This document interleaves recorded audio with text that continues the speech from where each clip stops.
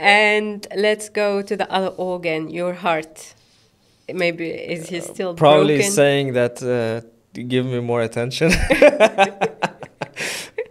Or use me. Or use me more. It's yeah. like blocked, Yeah, you yeah. know? Use me more. Since Yeah. how many years? 9 years. I would not say I never had relation 9 years, but I know, yeah, but it doesn't but mean that you opened but yeah, it. no, I never opened it, to be honest. Yeah. Yeah. Okay, maybe it's time. Maybe I will think about it.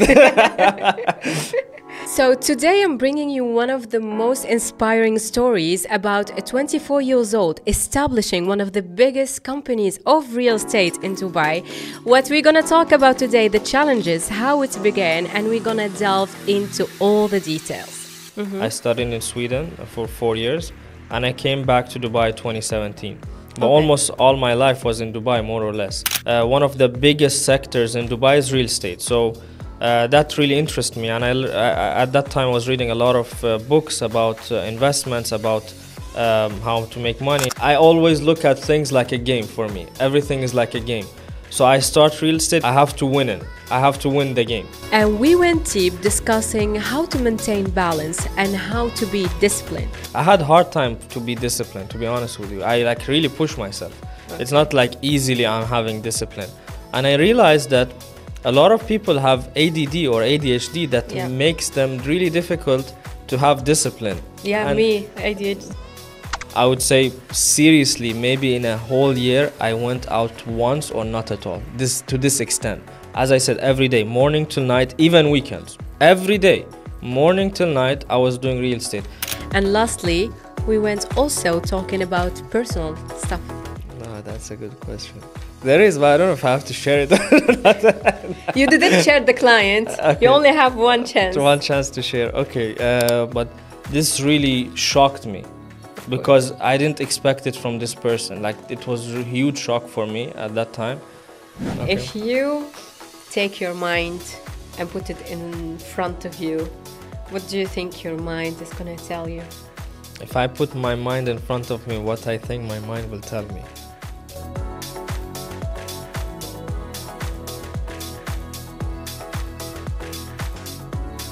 So, hi Poya. Hello. It feels a little bit weird because like it's first time I'm interviewing, I don't know if I should call you a boss or a leader. You can call me anything you like. Let's say a leader, because you have this character and you have like this leadership in you, and I need to introduce you like to my followers that you are just 28 years old. Not 20. Yeah, not far away, and like maintaining, let's say, this empire and in such a country which is very competitive, and you succeed to do all of this in a young age. So I'm really like curious to know how's the journey, how all of this began. Thank you first of all for the compliment. My journey, whether you're asking about Dubai or real estate, in real estate I started from 20 years old actually. I first job I had in real estate, or when I started as an agent, I was only 20 years old. So 28 or 27, 28 might sound young, but I already have like 7-8 years experience in the market. So but what about, I want like really to go to the real beginning of the journey, like before the 20 years old. Why real estate? What brought you like to real estate and to Dubai in the first place, because you're Iranian? Yes. Yeah. That's a good question. I was here in Dubai since I was 3 years old. Ah, okay. So my family are in Dubai for more than 40 years. Okay. And I was born in Iran, but 3 years old I came to Dubai, and elementary school I was in Dubai. In 2007, I guess, we went to, or 2008 actually, went to Iran for a couple of years. Then I went to Sweden. I studied in Sweden for 4 years, and I came back to Dubai 2017. But almost all my life was in Dubai, more or less. Okay. So when I came back 2017, I worked in a jewelry shop as a salesperson. I was, I guess, 19 years old at the time, or 18, 19 years old. Then I saw an opportunity at that time to do promotion kind of job, hosting actually. Yeah. Promotion events. I worked in Jitex and many kind of events. So it was like a kind of freelance job. And I was always interested in real estate in Dubai, because if you look at the numbers, one of the biggest sectors in Dubai is real estate. So that really interested me, and at that time I was reading a lot of books about investments, about how to make money. I mean, as a teenager, Yeah. as a young person, you're always interested in making money. Not all of us. At Yeah. least for me. So at that time I was doing trading, I was doing different kind of things, although I Yeah. was really young. But one of the things that was really interesting, and one of my favorite books, Rich Dad Poor Dad, emphasizes on real estate and properties, and one of the ways that you can make money is Yeah. real estate. And again, Dubai, one of the biggest sectors here is real estate. So I was interested in that. And suddenly I saw an opportunity for promotion job Yeah. for a real estate company. We did not know at the time which company it was. It turned out it was MR. At that time, they didn't inform us. Okay. So before going for the interview, I really prepared myself. Although we as promoters, we don't really need to know about it. We're just going there and promote the product. Okay. But for me, it was very important to get it 100% because I was interested in entering this field. So I did my research, I studied about Dubai market and everything, and I went for interview. They accepted me. It was like 2 or 3 months job only. For EMAR, it was promotion job. And then this was my door into real estate. So once I worked 2, 3 months, I got introduced to some of the salespeople from MR. I got to know the market better, and I decided this is the field I want to enter. Especially when I saw people working in MR or working as brokers, they were driving nice cars, they were having nice watches. And I was thinking, if they can do it, definitely I can do it. So that was the idea. At that time, they really discouraged me to not come. Majority of the people who were working at the field, they always were saying the market is bad. This was 2018, by the way. So they were saying, no, market is bad, don't come, all of us are leaving, most of the people, and it was true, most of the agents were leaving the market at that time. Market was disaster. Yeah, really, really bad market, and most of the experienced ones were not able to sell or make money. So they were like, you're crazy, this is not the time to come. And I was like, and especially in a young age. Especially in a young age. 20 years and old. especially when they said that, do you have at least 6 months saving? Because you will not sell in 6 months. So you need to have 6 months saving. I was like, I don't care. I don't have saving. I think I had like 2,000 dirhams at that time. I was like, I don't care. If you could do it, I will do it. Then nobody can tell me no. So it's the mindset behind Yes, it. And yes. I don't think also you just read books for how to make money. I think it's a lot of self-development and discipline behind it, because we can read a bunch of books, how to make money, how to talk to people, but if there is not a discipline behind it, you will not reach that To goal. be honest with you, I personally never read books about self-development. Okay. I always felt I can develop myself. I don't know if it's the right mindset or wrong mindset, but I always felt I'm not needing this kind of support. I felt like I'm already motivated and driven enough that nothing can stop me, and I don't need something to push me. I need someone actually to stop me, on the contrary. So I never read this kind of books, but I don't say I don't see value in them. Regardless, so this was the situation, and I didn't have that much money. I met a person during the work I was doing for MR. He said, my friend just opened a real estate company. Would you like to join them? And I said, yeah, sure, I would do that. So after I finished with MR, I went directly joined them. And this is how my journey started. It was, I think, mid-2018. And how was selling? Because they said like it takes 6 months. How you survived with 2,000? That's a very good question, because surprisingly, I sold my first deal in the first week, the first 7-8 days, And I would how say. it happened? It happened through someone I met in the mall.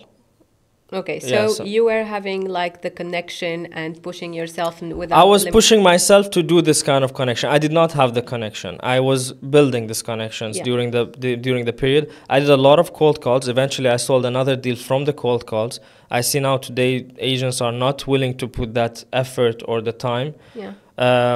I would say this. During the time I started, I was waking up at 8.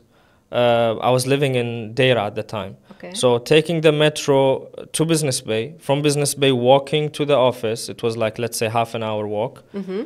During the period that it's hot or not possible, I was taking taxi just from the metro station to office. And I was staying there till 10 o'clock, 11 o'clock. Then the same way back, walk to the metro station, take the metro back home. And this is how I spent every single day of those period. And the days that I'm not spending in the office, I go to somewhere that I feel I might get some clients there, and I spent the whole day there working from there or calling from there. And this is how I did it. It was really tough. And the thing that really surprised me, a lot of agents today that we see, they're looking for easy way to get it, easy way to achieve it, which for me doesn't make sense, because I achieved it through very, very hard work. Hard work and discipline and commitment. Yes. So take me back to the first client. How was it? How was it? It was North African client, by the way. Okay. And it was a 3-bedroom in Breeze in Creek Harbor, MR Creek Harbor. It was the launch of Breeze at that time, the low-rise buildings on the Creek Beach. If I'm not mistaken, it was Breeze, as far as I know. It was a 3-bedroom, maybe 2.8 million dirhams. I don't know the exact figure. That was my first deal. And no, I want like how you approached him. How I approached I want the story, the behind the scenes. Behind the scenes of the first client. I cannot go into a lot of details because of the clients. We don't know, the clients don't like to tell us. Yeah, but anyways, I cannot go into a lot of details about how I made it for some reasons. I will not say what. I will tell you privately why. Okay. But I cannot go into a lot of this. What I can say is that I met the clients in the mall, in Dubai Mall, more specifically. And you approached the guy? Yeah, I approached the guy, yes. Okay. So I realized that he was interested in this, and I approached him and I introduced myself, and next day I took him to the sales center, and eventually the deal happened. Same client, and later on him and one of his partners together, they bought a full floor in Burj Royal. It was launch of Burj Royal in downtown at that time. It was, I think, end of 2018. And they got either a full floor or it was 5 units. I'm not exactly sure. But I want to clarify something. Maybe today a full floor sounds normal, but at that time, 2018, it was not normal at all. Yeah, it was something that you will never... The hype didn't...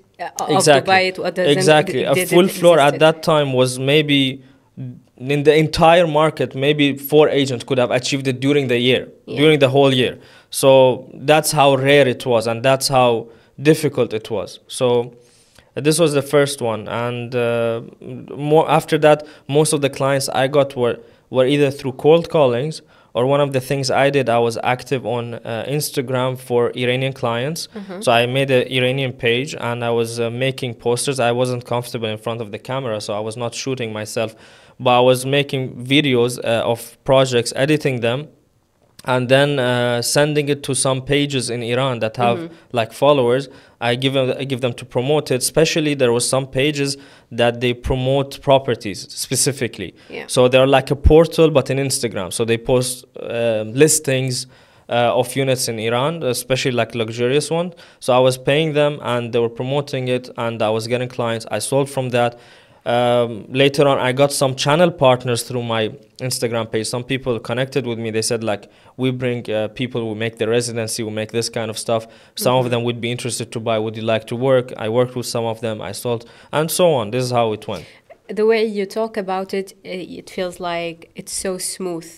But I know that there is behind it so many challenges. Yes, it's not that easy. It's like, it sounds easy. Yeah, how you're speaking about it is like, I decided to go to Ammar. I only have 2,000. I closed since my first week. I met the guy in the Dubai Mall. But when people are gonna hear this, they say, okay, I'm gonna go to Dubai Mall. I'm gonna post some stories and stuff like that, and I'm gonna start having partners. This is why I want you to talk about like which the biggest challenge is. I will say something just to make it true, just to clarify how rare and difficult it is. That I would say the case I had is maybe 1 in 10,000. Yeah, of course. Maybe even rarer than that. So it's not like, especially at that time. Maybe today you can join and close a deal in 1 month, maybe. But I always say, sorry for interrupting, it's like we don't chase, we attract. Yes. Because it's not like a coincidence. It's your hard work and your knowledge. Because I can approach thousands of guys in Dubai Mall, but I will never sell. Maybe because lack of knowledge. Maybe I don't convince the client. So there is a lot of hard work behind it. I would say, other than hard work, one of the things that I felt helped me a lot, and later on I figured it out. A lot of people told me about it. A lot of clients told me about Confidence. They told me that when we sit with you, when we talk with you, we feel comfortable. We feel the trust. Like from day one, we sit and talk with you. The way you say hi, the way you present the project, we didn't feel like a salesperson.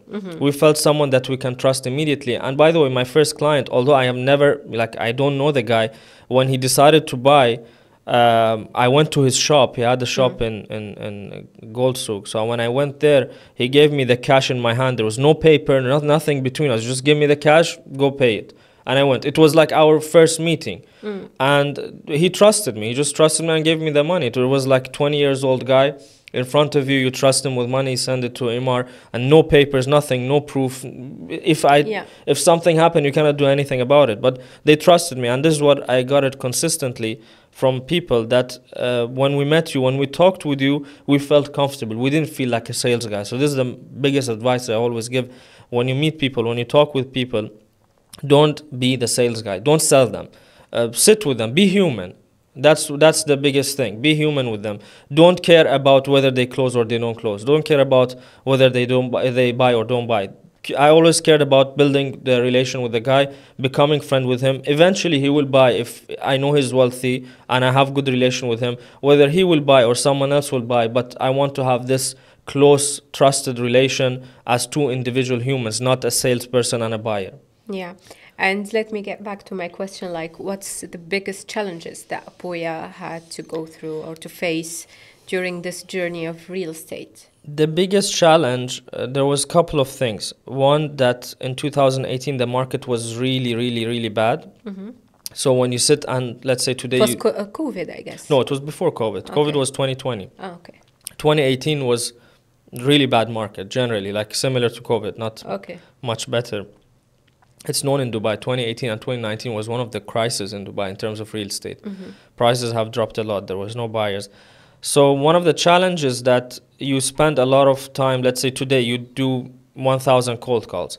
Out of 1,000 calls, maybe you get, let's say, 5 meetings. As an example, I'm saying. At that time, you should do 10,000 calls to get the same 5 meetings. So the amount of effort that you're putting is much higher because there is less buyers, much, much less buyers. If you go at that time to MR sales center or any big developer sales center, barely you see during a whole day 1 or 2 clients, barely. Yeah. Today you go there, you see tons of clients buying 24/7. Yeah. So that's one of the biggest challenges. The second one was, I would say, lack of tools, I would say, because I didn't have at that time car, I didn't have money, I didn't have proper tools, let's say. It was difficult, but I managed it in the end. So these were the biggest challenges for me at that time. Okay. And when, like, you looked at yourself in the mirror and you said, it's time for me to have my own company. And when you opened the company, I think at the age of 24? 24, yes, 24. Yeah. 24, End opening of 24, yeah. like a company of real estate in Dubai, in such competitive country and competitive domain also at the age of 24 years old. Like, when it happened? That's a good question. I never looked at myself in the mirror and said, yeah, this is the time that I need to open a company. It just happened. I would say the answer might surprise you, but I felt like at the time I always look at things like a game for me. Everything is like a game. So I start real estate is for me like a game. I have to win it. I have to win the game. So once I reach the high level and I feel like I won the game, I need to go to the different game. It gets boring for me. I need a new challenge. I need a new game, let's say. Yeah. So this is what happened. Like in 2021, I felt like, you know what, I already did it. Like I'm at the top. I'm doing very well. I was actually at the top, and for me, it was like... It was in Amar? No, I was in Unique at that time, Unique Properties, yeah. Okay. So I felt like I achieved what I wanted to achieve as a broker. There's not that much room to grow or do something new, and I didn't want to continue. It was boring for me, let's say. I wanted something new, a new game to win in. That's why I started. So that was one of the main factors. It wasn't like, okay, I look at myself in the mirror, I have to open a company or whatever. No, it was like I want a new challenge. And for me today, when I started the company, it wasn't financial incentive the same way it wasn't the financial incentive when I started as an agent. For me, it was always, I want to see myself in the screen, I'm number one. I don't care how much I'm making. I wanted to be number one, number two. I wanted to be in the top 3. This is the same mentality when I started the company. I don't care how much money I'm gonna make, because I was already making money. It wasn't about money. I want to be in the top 3. I want to be in the top 1, top 2, whatever. Yeah. It's a challenge for me. It's a game. I want to win it. Yeah, we can see that as your team, and what I respect a lot and appreciate is the mindset that you're trying to, let's say, to download it to the team. Like we have always the meeting of Tuesday, Yep. and I don't know if you're doing it in purpose or no. It's like when you see your boss, he already, for example, reached the dream that you have in your mind, having a company, Yeah. let's say having $1 million. Yeah. Or whatever, and every day you find your boss sitting in the desk before you, and reading more books and sharing them with you, giving you advices, the humbleness, the appreciating people, how we say it, motivating your team. Because sometimes people, when they reach their goal, and I really appreciate that, and it's so inspiring, that's it. Now the company works for itself. Yes. I don't need to come. Yeah, let me go some dates. Now I need to find the wife. One of the things that also I seen a lot happening, once they reach a certain level, people distance themselves. They look, okay, I'm the boss, I'm this, I'm Yeah. that. But if you notice, I most of the time sit among you guys, next to you Yes. guys. So it's the same place that everyone sits. I'm sitting there. I don't have a specific desk that I'm sitting alone. Yeah. Even the previous office that we had like a separate desk, I was sitting most of the time among everyone else. We sit together. I do the same work that Yeah. you're doing. We work together. That's the whole point. If you're doing a work, I should sit next to you and do the same work. There's no difference between us. But in terms of, like as you said, some people, they say, okay, I already have a company, it's making money. I would just relax, do whatever, take a wife. But for me, as I said earlier, the point wasn't to make money. That's the thing. For me, it was to be number one. So until I reach that level of number one, I would not be satisfied. Then when I reach number one, I will say, okay, what's the new challenge I can take? Yeah. So that's the reason. So since now you are one of the biggest company in Dubai, with all humbleness, but it's a fact. Thank you. What's the next challenge? What's the next goal? I think for now, the challenge for me in Primo, let's say, is to become number one. That's my main goal. I want to be the best, like everyone in the market. When they think about a real estate company, they think, okay, the best one is Primo Capital. Yeah. In terms of both secondary market, off-plan market, all the sectors that are related to real estate. So as you know, when we started in the beginning, it was mainly off-plan, but when we diverse to secondary, and we have a secondary team, and we have short-term rentals, we have all of these things adding one by one, and we want to be in all of them the best. So when you look at the secondary market, you say, okay, one of the best or the best company in Dubai is Primo Capital, in off-plan, in short-term rentals, and interior design, and whatever related to real estate. I would say for me, could be the next step development, real estate development. So we get lands and we build them. But for now, this is the goal. So the goal for the next 2, 3 years, 4 years is to be on top. Yeah. Yeah. And let's go a little bit personal. Like, if I ask you during this journey, like the best advice you ever heard, like someone who inspired you and gave you a good advice. The best advice I got. I don't remember anything right now, but the best advice I can give is that there is no easy way. That's the best advice I can give. Like, if you're coming today, especially, I would say this, there might be people who come into real estate and they make easy money. I've seen it. I'm not saying it doesn't exist. But for people like me... It doesn't last, maybe.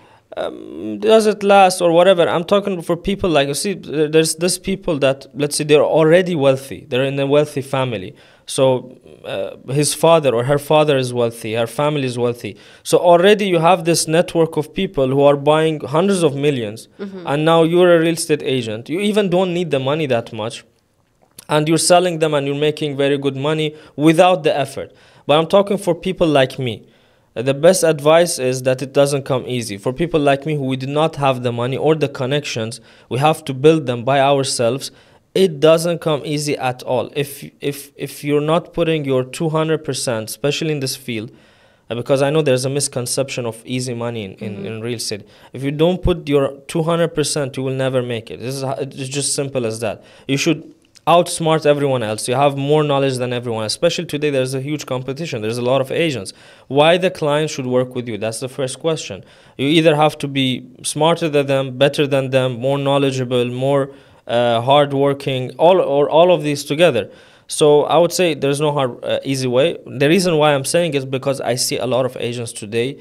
They're coming and waiting for a ready client. They're sitting there. Okay, if a client's a little bit difficult, or if the client is hard to get, if the client is not answering that frequent, they just say, okay, he's not interested to buy. They just want someone ready to. They call, yes, I'm ready. This is my check. Please go book this unit for me. This is what they want, like ready lead, ready deal. Let's say. But it doesn't come, it's not like that. And it's a full package. You cannot just have knowledge about the project or Dubai in general. You always bring us a new book because you are playing like the psychologue when you, I don't know, it's psychologue in French, it's a French word. So with your client, it's you are his doctor. He needs to trust you. So you need to know a lot about psychology and how you talk to your clients, how to be, Yes, a lot of things I bring to you guys in Tuesday meetings, whether it's books or ideas or stuff like that. The thing is, it's just... I used to do it without knowing it, some of it. And later on, like when you want to take your work to the next level, I always say, whatever you're doing, whether it's real estate agent, you own a company, or you're doing anything else, reading books, reading articles, reading stuff about it is very important, because it's not only you, now you're a team, because you have someone else's experience, you're reading about it, someone else's knowledge, you're reading about it. So why to be one when you can be 10, right? Yeah. So I read a lot about it, and it was really, I saw the importance of it, of doing this psychological games, let's say. I don't know how you can call it, but this building the relation with the clients. You have some experience, you read some about it, and you see it makes sense together. Some of it you remove it, some of it you improve it. So that's what I bring to you guys, that it's not just you sit there, do you want to buy, this is the property, put the check. It can be, it's just a door that I'm showing you. Look to the other side. Look what possibilities exist. Look what you can do. Look how you can work on his psychology of the client. All this stuff. It's just a door that I'm trying to open to show you the other side, so you can do your own research, read your own books, build your own ways. Yeah. And what can inspire you the most, or what already inspired you the most during this journey? What inspired me the most? I want to take you somewhere else besides the real estate. Because after that, after inspiring you the most, I want to ask you how you are making balance. Because I feel maybe it's a judgment. There is no balance. It's just your life is all about real estate. Or you have balance. I think I have balance in my mind, at least. I think I have balance. I don't know. Maybe it's not. Maybe it's not. Yeah, I know I sound like a nerd, like spending all my time on this, which I would say there was certain periods in my life that I did that, that I didn't have anything else in my life other than real estate. But today I feel like more or less I have a little bit of balance. I'm spending sometimes maybe once a year going out. No, I'm joking. No, I think I have balance. Okay. But I would say this, there was a period that, especially 2018, 2019, that I started real estate. I would say seriously, maybe in a whole year, I went out once or not at all. To this extent. As I said, every day, morning till night, even weekends. Every day, morning till night, I was doing real estate. And the reason is I didn't do it consciously, like I didn't think about it that I'm doing it. I just wanted to achieve what I wanted to achieve. But later on, thinking about it, it's actually true in everything. Like even today, when you work out or you do anything in life, I realize that for everyone there is a cap. Let's say you go to a gym, first 6 months, because you're never trained before. However you train, whether you train professionally or not professionally, the first 6 months you see growth. Anything you do, the first 6 months that you start something, you will see growth easily. For everyone, at some point it will stop. For someone stops after 6 months, for someone stops at 8 months. It will slow down like by 80-90%. You will Yeah. see very little progress. This again in every field. But there is some people that in order to not stop or to not reduce it to 80% or 90%, they put this extra effort. So I would say you can grow in the first 6 months on 1 year regardless of how you work in every field. But at certain point, majority of the people slow down. Then there is very limited people that put the extra effort, then they can do it. And this is the interesting part. Again, it's real for every field. Let's say, I'll give you an example to make it more clear. Let's say if someone trains for 5 years, right? 5 years training. First 6 months, amazing growth. 8 months, good growth. After 1 year, probably 90% of the growth have slowed. Let's say the goal is to reach level 10 in bodybuilding. I don't know what's level 10, but just imagine it's level 10 in bodybuilding. So first 6 months, you already achieved 5. 1 year, you achieved 6. And after that, the next year, from 6, you reach 6.5. Then another year, you reach barely 6.75. Another year, you reach 7. So you spent 5 years, barely you reach, let's say, 7.5. Why? Because you didn't put this extra effort during the period. You just worked out normally. And after 1 year, your progress just slowed down. Someone else did it in 2 years. It worked out in 2 years. The first 6 months, he reached 5. 6 to 1 year, he reached, let's say, 8. After the first year, again, from 8, he reached 9 in 1 year. In 2 years, he already reached, let's say, 9.5. The difference is someone did it for longer time. And again, this is in real estate. I saw the same thing in working out, in anything. Yeah. The reason is that someone who was spending, let's say, 5 hours a day doing something, or 4 hours a day, the other guy did it first 5 hours a day. Then when he saw progress slowing down, he did 8 years a day. Then when he saw the progress slowing down, started doing 10 hours a day. And this is what was happening for me. So that's why for the first 2-3 years, I was continuing to grow every month, because I was putting everything in that. Even your free time, when you're sitting at home, when you have nothing else, you remove everything else in your life. When you're sitting at home and you're just thinking about real estate or thinking about your work, you come up with ideas. Rather than, let's say, even if I spend the same time at work, but after work I go out, then during the working hours, I'm thinking about the outs that I want to go. So my performance is not that well, then I'm going out. But let's say I worked, and then after work, I have nothing else. I go home. So even at home, I'm thinking about work. I'm thinking about new ways to improve. Yeah. Yeah. So I want to, and this is, I think, what make you have no excuses for other people when they don't reach their goal, maybe because they are not trying harder. Yeah, I would say this. They're not putting their life on it. I would say they should put your life on it. If you want to succeed, don't make excuses. Yeah. So let me go back to my first question, which is, what inspired you the most? Okay, what inspired me the most? It can be a person, it can be a situation. If you're asking what motivated me the most, I can answer that. Yeah, that's your goal. No, I want an inspiration. It can, for example, if I ask you, let's go back to your childhood. I know because you started 2019. So it's few years between you as an adult and as a child. Yeah. So how was the childhood and what inspired you at that time? There is a big point that made it you different from other people. I don't know. Maybe you grow up in entrepreneurship, within entrepreneurs. Maybe you saw that mindset. Not at all. My parents are not in this field at all. Okay. My father especially doesn't care at all about money or work. He's one of those guys that he just wants to have enough to eat and sleep. That's fine. That he doesn't want anything extra.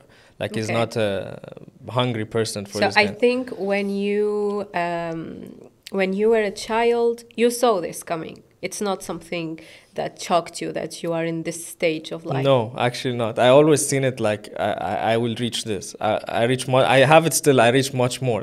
Still didn't reach the goal that I have in my mind. You ask a child what do you want to become in the future, will say astronaut or a doctor or whatever. Yeah, I always, when I was a child, I wanted to be a businessman. I wanted to be a successful. Yeah, you saw that. Yeah, I saw that. Yeah, of course. It was always from day one. It was in my.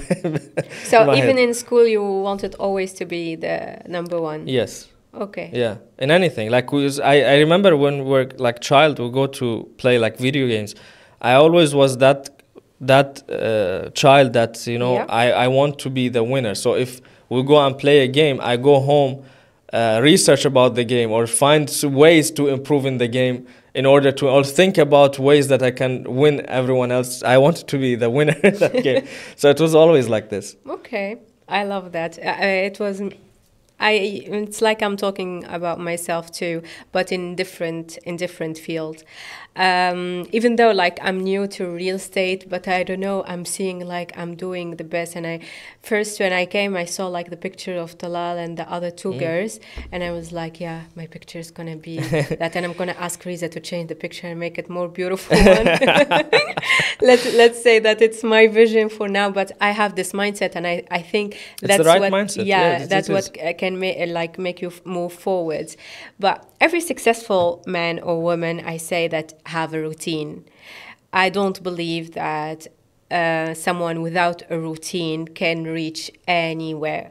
So, what's your routine? Should I say my daily routine, you mean?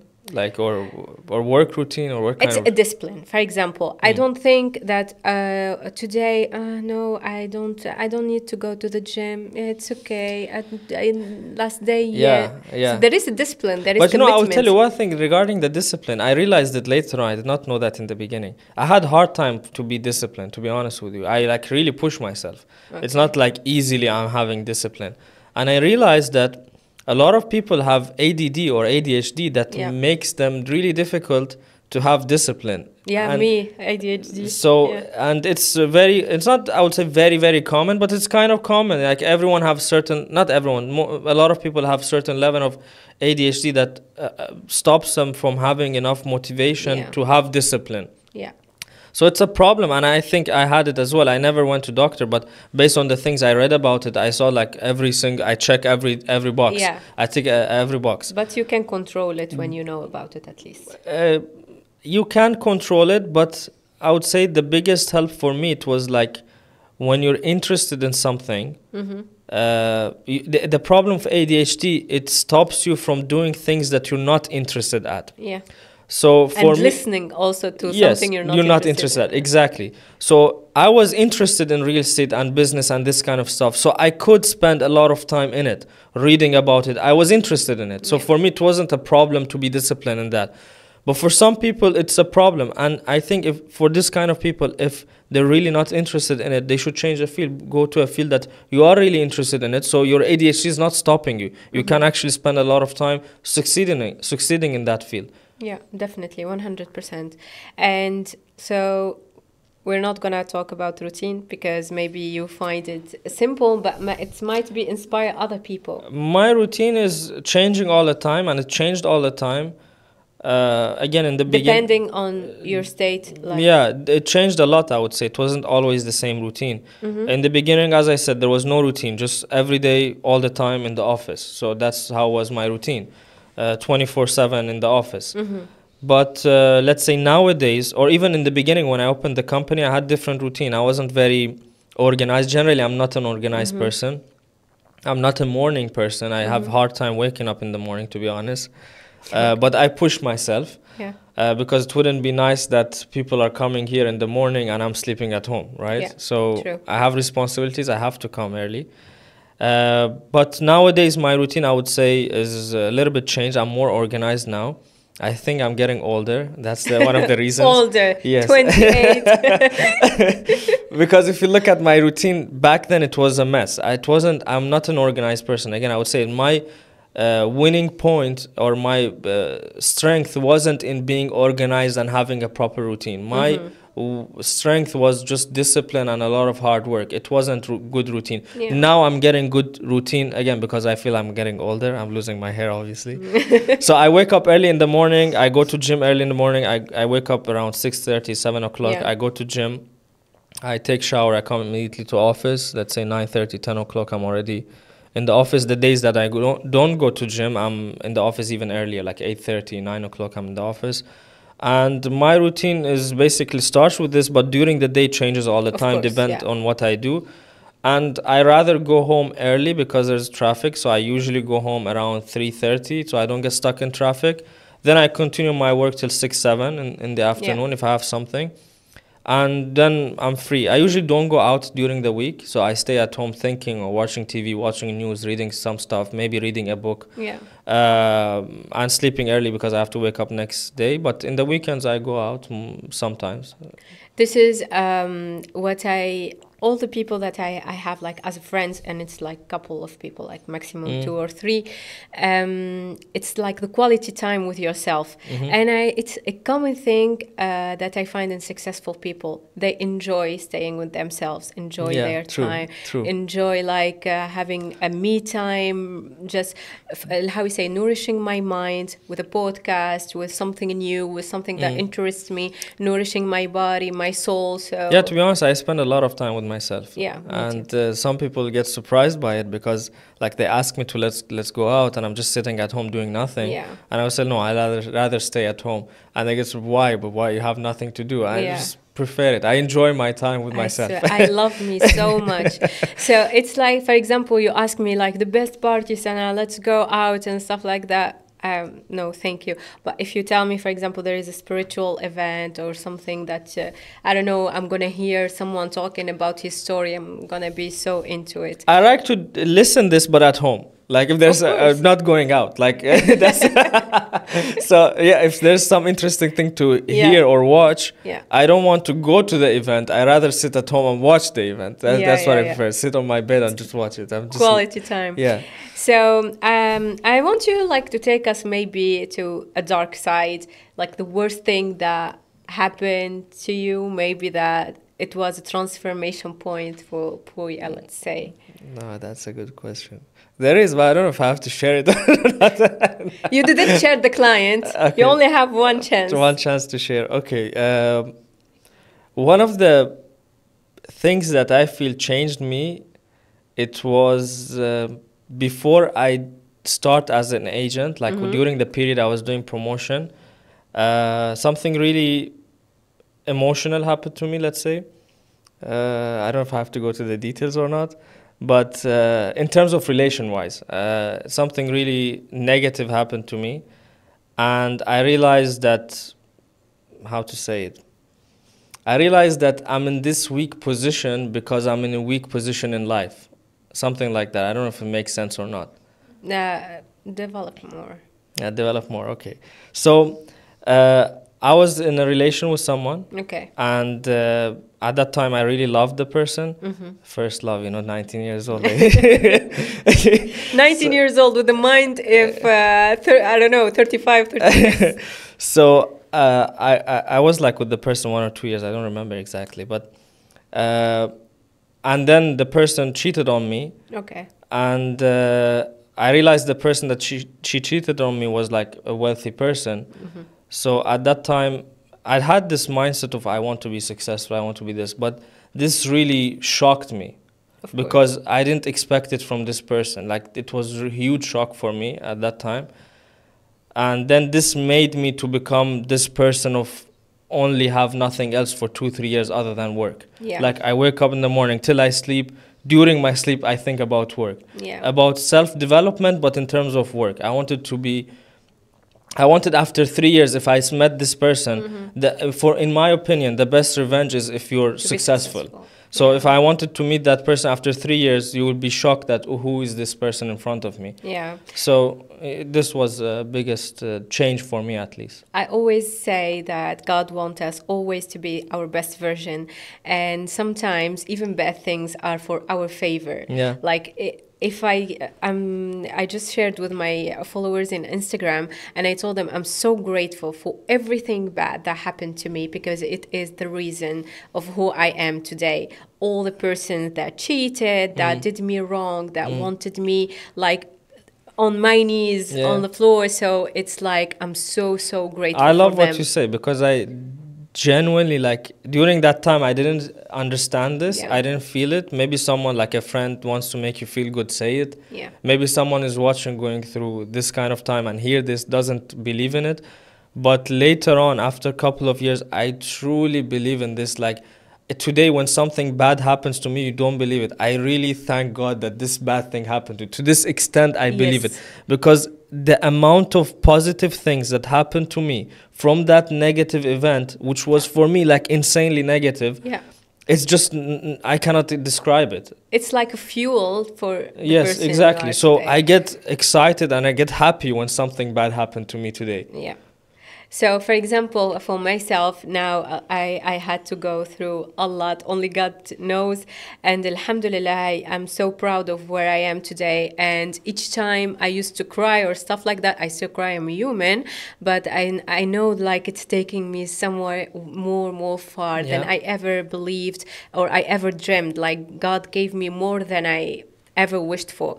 And sometimes also when you are in a bad situation, you need to know that it's temporary. It's nothing lasts forever. Definitely. And this kind of bad things really remind you like what you need to do in life. Yeah. Like what is your goal? You realize that, okay, this kind of things was a distraction from my work. Actually, it's good that it happened, but you realize it later on. You don't like realize it at the time, because at the time you just feel pain and you want to get relieved from that pain. So you're just sad that this thing happened. But later on you realize, oh, what a good thing actually happened. Yes, when you look back after years or after months, whatever, but I swear everything happens for a reason. And most of the time, God is for a good reason. Maybe for me, I would say this. Maybe for me, if that event didn't happen, not maybe, I would tell you for sure, if that event didn't happen, you'd be married. No, not not about marriage, but about maybe, but not about in terms of work. Yeah. I'm sure 100% I would have never put even half of what I did. Yeah, because you were distracted. Not only distracted, maybe you didn't have the fuel to do it. But when this happened, I had like the fuel to do insane amount of work. Like I don't think any normal person can do this kind of work unless they're not in a normal situation, not a normal state. That's when they can surpass whatever problems they have, whether it's ADHD or whatever they have. When they reach this level of let's say problems, then there's nothing that can stop you. What doesn't kill you makes you stronger. Exactly. Obviously. So you reach a point that I have nothing else to lose, then you have nothing else to lose, so you put everything there. Yeah, true. So beautiful. And let's go like for the best thing, and like you have the best memory ever. Best memory ever. Balki deal. No, actually, surprisingly, none of them is like my best moments. No, please let's move from real estate. Yeah, none of them actually is the best moments, to be honest. My best memories is the time. Some of the best memories, to be honest, is I feel like what I'm doing now. Like at the time I'm spending with you guys, with the team, I'm really happy not only about what we achieved in terms of numbers, I'm happy that about the people that are around me, and I enjoy that spending time with them. We did a lot of nice things in terms of traveling, in terms of working, in terms of partying, in terms of whatever. We did a lot of interesting stuff. Because I believe, sorry for interrupting, it's like the word is your mirror. Yeah. You reflect what you are. Yeah. People are around you, people like they are in your small circle or at your work, they need to look similar to you. And people like which are not, they're gonna leave anyway. Yes, exactly. So it's good like to be you attract people similar to you. So this is one of the really interesting things for me, or interesting memories the past 3 years, 4 years, that 3 years actually, that we're working in Primo. I met a lot of good people, a lot of good friends, new friends, and we spent really good time. And I have a lot of good memories from last year, from 2 years ago, about things that we did together. So I feel like I'm living at some of the best time period in my life. Okay. I'm gonna go like to a question, like maybe spiritually, or I don't know, it's like metaphoric. Okay. If you take your mind and put it in front of you, what do you think your mind is going to tell you? If I put my mind in front of me, what I think my mind will tell me? That's a difficult question. I don't know. Give me a rest, please. In terms of what? Like what? From what perspective? I don't know. Maybe, as I said, give me a rest. Give me a rest. I don't know. Like no, I don't. Maybe I don't think so. grateful. I think he's enjoying. He's enjoying thinking about the things that I'm forcing him to think about. And let's go to the other organ, your heart. Maybe is he still probably broken? saying that give me more attention. Or use me. Or use me more. It's yeah. like blocked, Yeah, you yeah. know? Use me more. Since Yeah. how many years? 9 years. I will not say I never had relation 9 years, but I know, yeah, but it doesn't but mean that you but opened yeah, it. no, I never opened it, to be honest. Yeah. Yeah. Okay, maybe it's time. Maybe I will think about it. So I really enjoyed our conversation, and I'm gonna finish like the podcast with something. I don't know if you want to advise some people with something far away from real estate, like life-wise. I don't know. It's in general. Something that really helped me is understanding this, and again, it's in any field that anyone do, whether it's training, whether it's real estate, whether it's business, whether it's videography, anything that they're doing, is that don't reach this level of steadiness, of that there's no progress. Like you do 2 years something, first year you did progress, as I give the example. First year you're doing progress, then second year slows down, third year is just routine. You're just going and doing it. You spend 5 years, and if you look at yourself 5 years ago compared to today, there was not big difference. Yeah. That's the problem. If you reach this point, you need to make changes. You need to always look at yourself 1 year back in your field and say, okay, I grew by 50%, 40%, whatever. Yes. Some proper progress. Don't let your progress come down. It have to stay the same. Yeah. And in order for it to stay the same, you need to put something extra. If you're just doing the same work all over, it will reach this point of slowing down. But at some points, you need to put a lot of extra effort in terms of not only time, but in terms of thinking as well. Sometimes you spend time, but you're thinking about something else.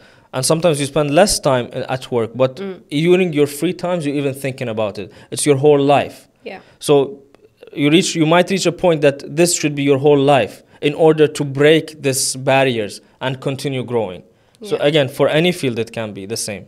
And if I ask you also if you can define yourself in one word. Define myself in more overthinker. Overthinker. Interesting. But I know what does it mean, overthinker. Sometimes it's not a good thing. I would not say overthinker in terms of there is some people you can call them overthinker when they overthink normal life situation. Let's say you told him hi, but in a weird way. Now he sits all day thinking about it. Why did he look on the left when he say hi? That means he's not happy. That means he's this. And all day he's thinking about these negative things. This is also overthinker, but it's not me. This is not me. Not this kind of overthinker. Overthinker of how to get better.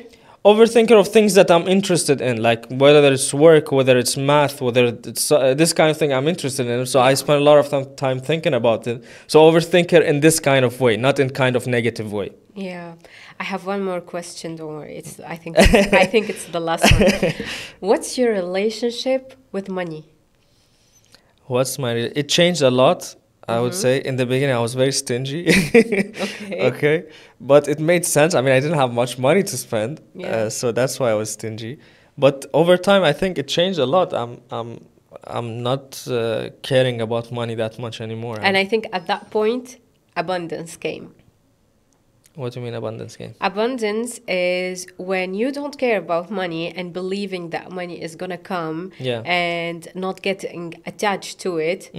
And then abundance, in Arabic, it's al-wafra. It's like the flow. The flow comes, okay. The flow comes. Okay, maybe. But at this stage, I don't really care that much about it.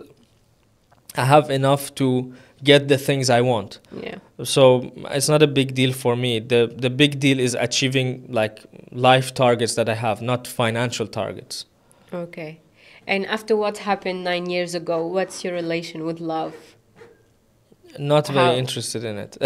But love, it doesn't, it's not just between a couple.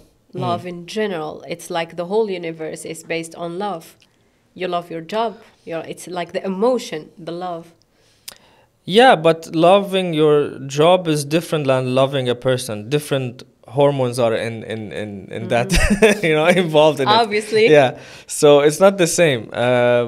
I love my work, obviously. I love my life. I love the people around me. I love my friends.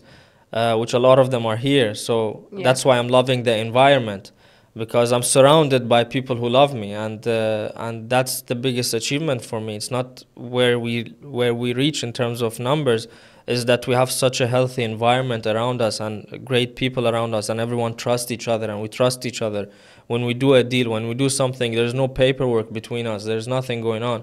So we're just doing things based on trust. That's an amazing level of love, I would say, that we have achieved. So yes, obviously we have that, but in terms of like relation love, not very interested in it at the moment, at least I can say, because I feel it's a distraction from what I want to achieve. So that's about it. The problem is it's gonna be always the same. 40 years old, you're gonna have another goal, challenge, another goal, challenge. Yes. So yeah. See you on your 80s. We can discuss that then. looking at I don't know. Let's say how we call it, your princess. Yeah, whatever. But I would start thinking about it after my 30s. I would say this. I will start maybe thinking about it. Depends. Yeah, but not now for sure. Not the next 3 years. Yeah, because like we started our podcast, it's all about balance, and I see that you are a grounded person. It's like the person that he know what he's doing, humbleness, and grounded. It's like the tree, the tree that have the roots on the floor, in the, how we call that? The roots. Underground. The roots. Yes, the roots. It's about being grounded. It's like the tree that the roots are down in under the ground, and like the tree is facing the sky and everything, with the dreams, our goals, and the real life and everything. This is also can be applicable on our relationship, on our personal life. It needs to have balance between your work, your dreams, your goals, and at the same time your personal life, because we might sometimes regret it. We say, I missed a lot of chances, or I missed a lot of time, or I don't know. But the balance for different people it means different things. Yeah. As you said, if you want to do something and you're stopping yourself, that's unbalanced, because later on, as you said, you might regret it. You say, oh, I didn't do it. But the thing is, for me, like, at least, the things I'm not doing, I'm not even interested in doing. It's not like I'm stopping myself from having a relationship, or I'm stopping myself from doing this. I'm just enjoying the way I'm doing things. It's not like I'm stopping, then later I will regret it. Yeah. At this point, I'm not really stopping myself from most of the things. If I like to travel, I would go travel. If I like to do something, I would do that thing. Yeah. That's why I feel I have balance, because I'm doing the things I want. I'm not stopping. At some point, I was stopping myself from doing that things, but now not anymore. So. Yeah. And last question before we end this beautiful podcast. It's like, what's the most how we say, the value? We all have a lot of values that are so important in our life, but there is only one that is like the most important. The most important value for me, like, what's the most valuable thing for me? No, value, for example, I don't know, maybe I said it wrong, but for me it's freedom. I can give up on everything, literally everything, money, family, everything, but not my freedom. I cannot be controlled. I cannot be, I don't know, in a cage or something. Freedom is the most important word and the most important value for me. The most important value for me, the thing that I cannot give away. I don't know. I cannot describe it in one word, to be honest.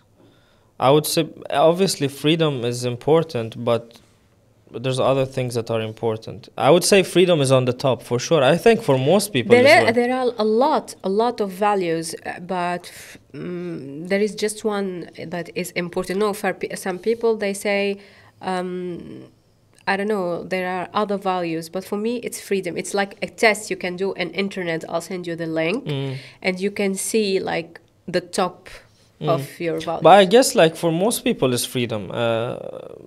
At least for me also the same, I would say. It's freedom. Reza, what's your most valuable thing? Is freedom? A hard question. You know why it's not for everyone? For example, it's maybe for entrepreneurs that have this mindset. But for people, for example, who like, I don't know, like in my country, for example, they work like let's say we call it the work of 9 to 5, and having no other life, no other goals, no other dreams. Alhamdulillah, I just have this job. I work 9 to 5. I deliver. I take my salary. Okay, and I understand now. For me, the most valuable thing is time. I would say this. I would say definitely this. Time is the most valuable thing for me. And I always work in a way to bring more time for myself, to automate things so I can have more time for myself. And time for myself allows me to do other things or be more creative or do new things or whatever. But I would say the biggest thing is time. And one of the reasons that I stopped my job in the beginning in the jewelry and I started doing promotions, as I said in the beginning of the podcast, because I realized I can have more time instead of having 9 to 6. I can have a few days off to think, to read, to do something new, to improve in life. So I would say time. Time. Interesting. I never had like this. It was always the goal, even today. Like I do things, plan things in a way to get more time for myself. Bring someone to do the job for me, to get time for more for myself, to do other things, not to sit and sleep. But I want the time. It's important. Yeah. I would love like to continue this conversation, but Riza is frustrated from the other side. He wants us to finish the podcast. So I really enjoyed our conversation. Thank you for having me. The advices and everything, and I hope a lot of people gonna get inspired by it. And wish you all the best. Thank and you. inshallah, I'm waiting for the development. Like when Primo is gonna be a developer, maybe one day. Hopefully. Yeah. So inshallah. Thank you very much. I enjoyed talking to you as well. Thank you, guys. Thank you. Thank you.